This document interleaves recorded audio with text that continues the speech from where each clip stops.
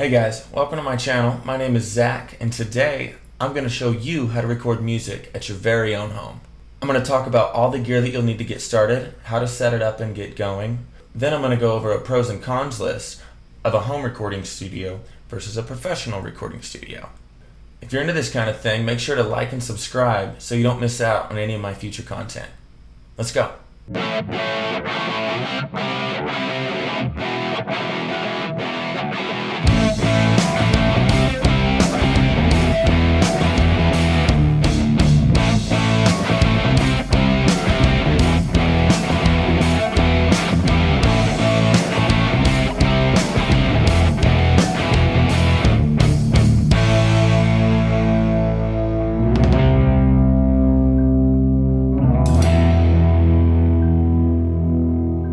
Alright, to kick things off, we're going to talk about what gear we're going to need. Gear is my favorite subject. I love gear. I'm going to be buying gear forever.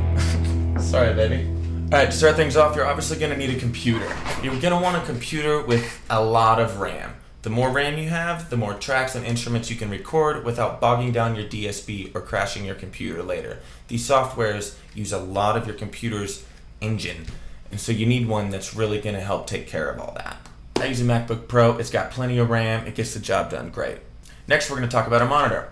I like to use a screen a little bit bigger than my laptop screen just because it helps me see things better when I'm tracking multiple instruments and when I need to decide, when to come in on the track. It's easier if the thing's blown up, so I have a big screen in my studio. Next, we're going to talk about speaker monitors. I'm using a set of Focal Twins, and I love them to death. They give me such a wide stereo image, and I really dig them. Another great option that doesn't cost quite as much is some 5-inch JBLs. I used these when I first started out. They never failed me once. Next on the list is headphones. You're going to need a good pair of headphones so you can really listen to those fine details and make sure things sound perfect. I have a pair of Sennheiser 280 Pros. They're not that expensive and they get the job done well. Next, you're going to need a good desk. I use an Argosy Dual 15. It houses plenty of my outboard gear and really gets the job done well. You don't have to go all out on a desk. You can use any kind of desk, obviously. Just set your computer, set your speakers on it, and you'll be good to go. Next, I want to talk about a DAW. Next, I want to talk about a DAW, D-A-W, a digital audio workstation. This is going to be the software on your computer that records all your instruments, all your takes, and how you form your song on a computer. My favorite software to use is Logic Pro. I've used it forever. I've also used Pro Tools before, but I have so much more in the system of Logic, and it really does everything I need. It's a little bit cheaper than Pro Tools too, so be sure to check that out. Next on the list is going to be an audio interface. What this does is turns your analog signal into a digital signal, so you can record them, store them, and work on them later, manipulate them later, basically work on it on a computer. Alright, next on the list is going to be outboard gear. This is definitely pieces that you don't need to start out with. They do get expensive. But I'm sure if you take on this hobby like I have, you're gonna have some before long too. What the outboard gear does, in my opinion, is gives you a really strong, crisp, clear signal to record with to begin with. That way you don't have to go back in post and add all these plugins on, bogging up your computer and slowing down your process. My favorite outboard gear to use is just a great preamp and a great compressor. I run those directly into my interface, and that helps me achieve that beautiful signal that just sounds straight out of a Fleetwood Mac record. And that's important to me. I love that sound, that natural sound. Alright, next on the list we're going to talk about microphones. I definitely recommend starting out with a condenser microphone like this, or you can definitely use a dynamic microphone. I recommend getting both of them. That way you can record them both at once on 2 channels, creating a really wide stereo image. What that's going to do when you play it back is sound very natural to both of your ears. And when you put on a set of headphones, it's going to sound real and not like it's just coming from one area, like say on a cell phone speaker. Alright, next on the list we're going to talk about cables. You're going to need a bunch of them. You're going to need enough to plug everything in and enough to plug in instruments later. So be sure to get plenty of XLRs and plenty of 1/4-inch cables. Alright, last on the list is going to be instruments. I recommend starting out with an acoustic guitar to begin with, moving up to a bass guitar, eventually getting an electric guitar. Definitely add in a MIDI keyboard so you can play piano, you can play drums, you can add so many kinds of layers with different softwares and everything later. It gets super fun. I also like having a hi-hat in the box. It helps me add a real drum feel to software drums. I also recommend getting a guitar amp or an amp modeler. Right now I'm using a Kemper in my rack, and I send it right into my preamp and right through my compressor, through my signal chain, and it sounds great. I love having all these options right here in the studio. I don't have to have all these amps and mic up speakers. The Kemper really does it well for me.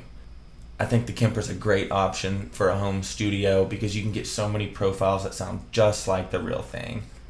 And there's tons of profiles online of basically every guitar amp, every player, anything you want is out there. You can sound like Led Zeppelin, you can sound like the Beatles, you can get guitar modelers that sound like synthesizers. Alright guys, that about wraps it up for the gear segment of this video. Next up I got a pros and cons list that really breaks down the benefits and the drawbacks of a home recording studio.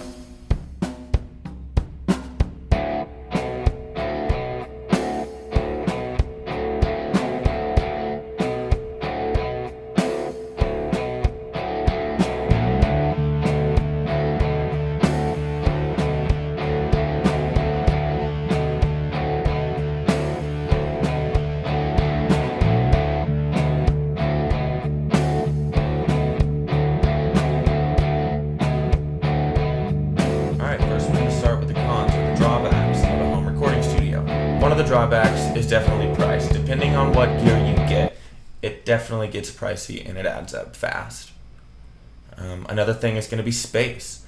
You'll likely have a small space in the house before you are able to dedicate a room specifically to your recording studio. So space for your instruments and all your gear and everything might look a little cluttered for a while until you're able to get it all set up somewhere nice.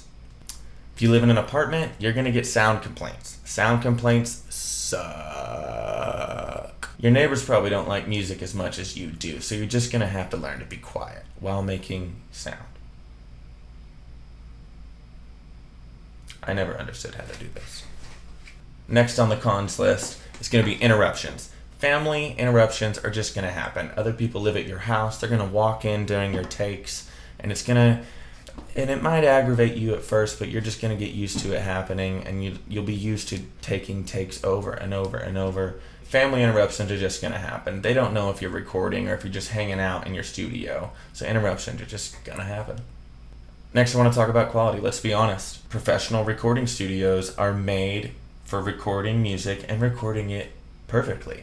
But achieving high quality sounding recordings is very possible at home.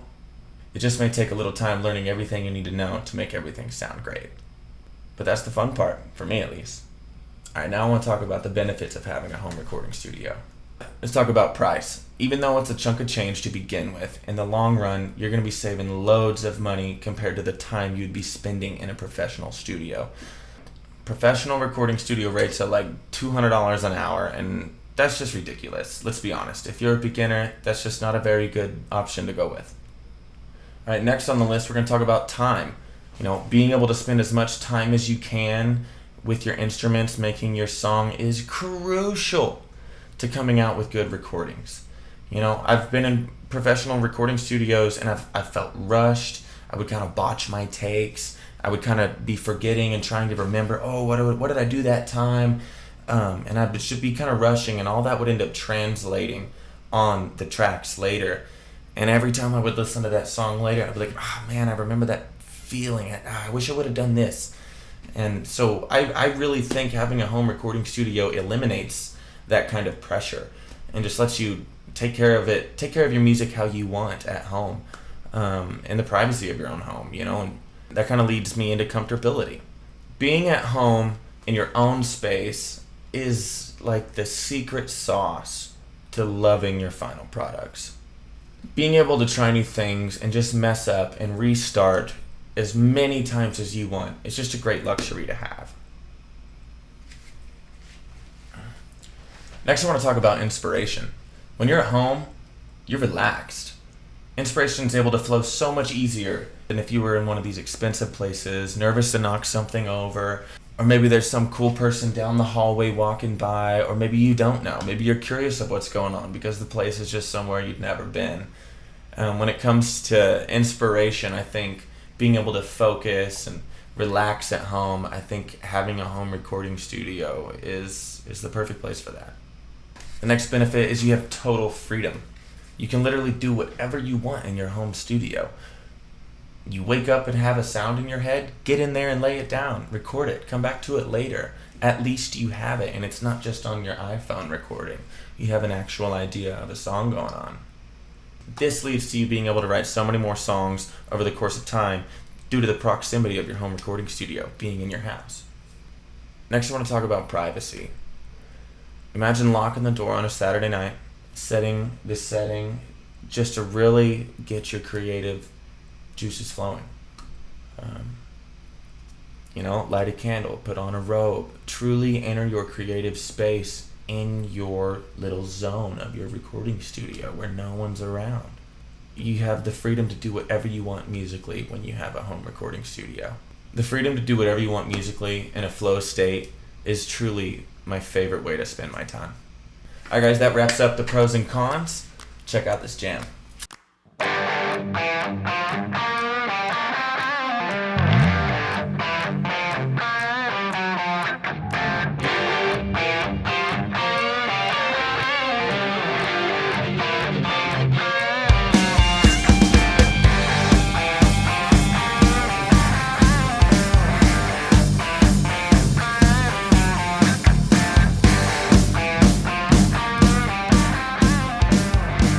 I don't want to forget to mention that there are some massive artists that make their albums at home in the sanctuary of their own space, like Tame Impala, Billie Eilish, even the Rolling Stones did this with Exile on Main Street.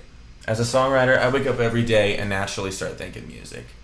Let it be sounds, words, or a riff, or a drum beat, I'm beatboxing, a one-liner that inspires a song, or even a couple words from a living room conversation.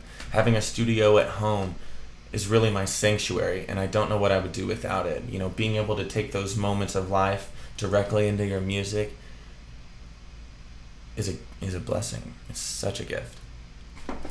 Alright guys, that about wraps it up for the video. Thank you so much for tuning in and listening to me rant about music. Please like and subscribe if you haven't already, and I'll see you next time.